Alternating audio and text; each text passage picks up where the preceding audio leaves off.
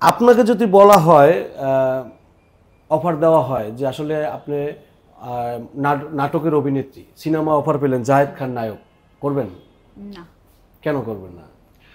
আমি মনে করি না নায়ক হিসেবে তার ভিতরে কোনো কোয়ালিফিকেশন রয়েছে।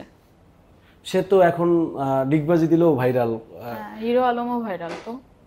না, জায়েদ খানের তো একটা, সে ঢাকা ইউনিভার্সিটি থেকে অনার্স মাস্টার্স করে, এডুকেশনাল কোয়ালিফিকেশন হয়তো তার ভিতরে সে রয়েছে, বাট বাংলাদেশ চলচ্চিত্র শিল্পী সমিতির সাধারণ সম্পাদক, বারবার 3বার নির্বাচিত। This on first, not present. না, প্রেজেন্ট না, সে ছিল। তার ছিল। ভিতরে কোয়ালিটি না থাকলে তো নায়ক নায়িকারা, বাংলাদেশের হ্যাঁ, সে সুপার হিরোরা সে তাকে রাজনীতির বক্তব্য। দিকে ভালো করতে পারতো, বা সে পড়ালেখার দিক দিয়ে কোনো ভালো একটা জব নিতে পারতো, বাট হিরো হিসেবে তার কোনো কোয়ালিফিকেশন আছে বলে আমার মনে হয় না। সে তো এটা আপনার, আমি আমার ব্যক্তিগত মতামত জানালাম, বাকিটা না, আচ্ছা, সে তাহলে আপনার আপনার যদি পছন্দ না হয়, সে রোলেক্স মডেলের ঘড়ি পরে, তার স্যুটের দাম 6 লাখ টাকা, সে এক জায়গায় ফিতা কাটতে গেলে আপনার 2 লাখ টাকা 5 লাখ টাকা নেয়, তাকে হায়ার করে নিয়ে যায় বিভিন্ন দেশে, তাহলে সেটা তার। তো হিরো আলমকেও তো টাকা দিয়ে নিয়ে গেছে এই আরাব খান দুবাইতে, তো হিরো আলম সেলিব্রিটি। প্রিন্স মামুনকেও তো নিয়ে যায়, প্রিন্স মামুন সেলিব্রিটি। আপনি জায়েদ খান আর হিরো আলমকে কি এক পাল্লায় সেম মাপলেন? ক্যাটাগরি, আমার চোখে সেম মানে ক্যাটাগরি। কেন মনে হলো? মনে হলো সে নিজে, মানে তার কয়টা মুভি আছে যে সে সুপারস্টার বা হিট, বা যে লগ্নিকারী তার ফিল্মে ইনভেস্ট করেছে তার টাকাটা সে রিটার্ন পেয়েছে।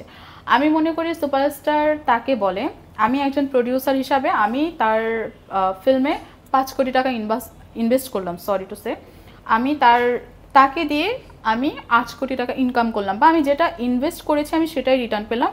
একে বলে সুপারস্টার, বিকজ তার দর্শক রয়েছে, টাকা কেটে তার মুভি দেখার মতো, তাকে ভালোবাসে, মানে পছন্দ টাকা দিয়ে করে, টিকিট কেটে মুভি দেখার মতো। তাকে পছন্দ করে দর্শক রয়েছে, বাট জায়েদ খানের নেই আচ্ছা, আমার আমরা জানা এই মতে। এই মতে যদি আমরা একটু আসি, তাহলে কেবলমাত্র ঈদকে কেন্দ্র করে, কোনো ফেস্টিভ্যালকে কেন্দ্র করে সিনেমা মুক্তি পেলে কি সে সুপারস্টার হয়? যেমন সাকিব খান ঈদ ছাড়া আসে না, তাহলে ঈদ ছাড়া তো মানুষ এমনিতেই, আমরা তো সিনেমা দেখি না, ঈদে যদি আমরা একটু দর্শক বেশি হয়, হলে ভরপুর হয়, তাহলে কি সে সুপারহিট নায়ক হয়ে গেল?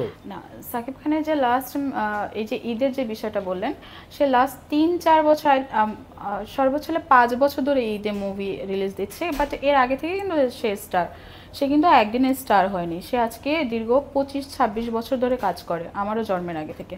তার ঈদ ছাড়াও অনেক মুভি রয়েছে যে ব্যবসা সফল, টাকা রিটার্ন আসছে।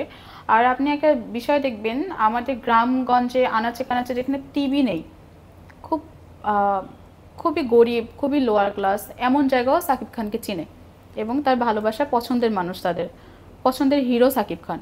তো তার বিষয়টা অন্যরকম, সে আজকে একদিনে তো এখানে আসেনি। সাকিব খানের কথা যখন আসলাম, জায়েদ খানের কথা যখন আসলাম, হিরো আলমের কথাও আসলাম। সাকিব খান জায়েদ খানকে কি আল জাজিরায় দেখাইছে? এটা আমি বলতে পারবো। কিন্তু হিরো আলমকে আল জাজিরায়, বিবিসিতে তাকে নিয়ে সংবাদ দেখিয়েছে, তাহলে কে বড় সুপারস্টার, কে হতে পারে? No comments. মানে এটা কেন? তাদের নিউজের অভাবের জন্য। তার মানে আপনি বলতে চাচ্ছেন যে আল জাজিরা এবং বিবিসি ওয়ার্ল্ড, তাদের নিউজের অভাব বলেই কি হিরো আলমের নিউজ দেখাইছে? হ্যাঁ, ডেফিনেটলি।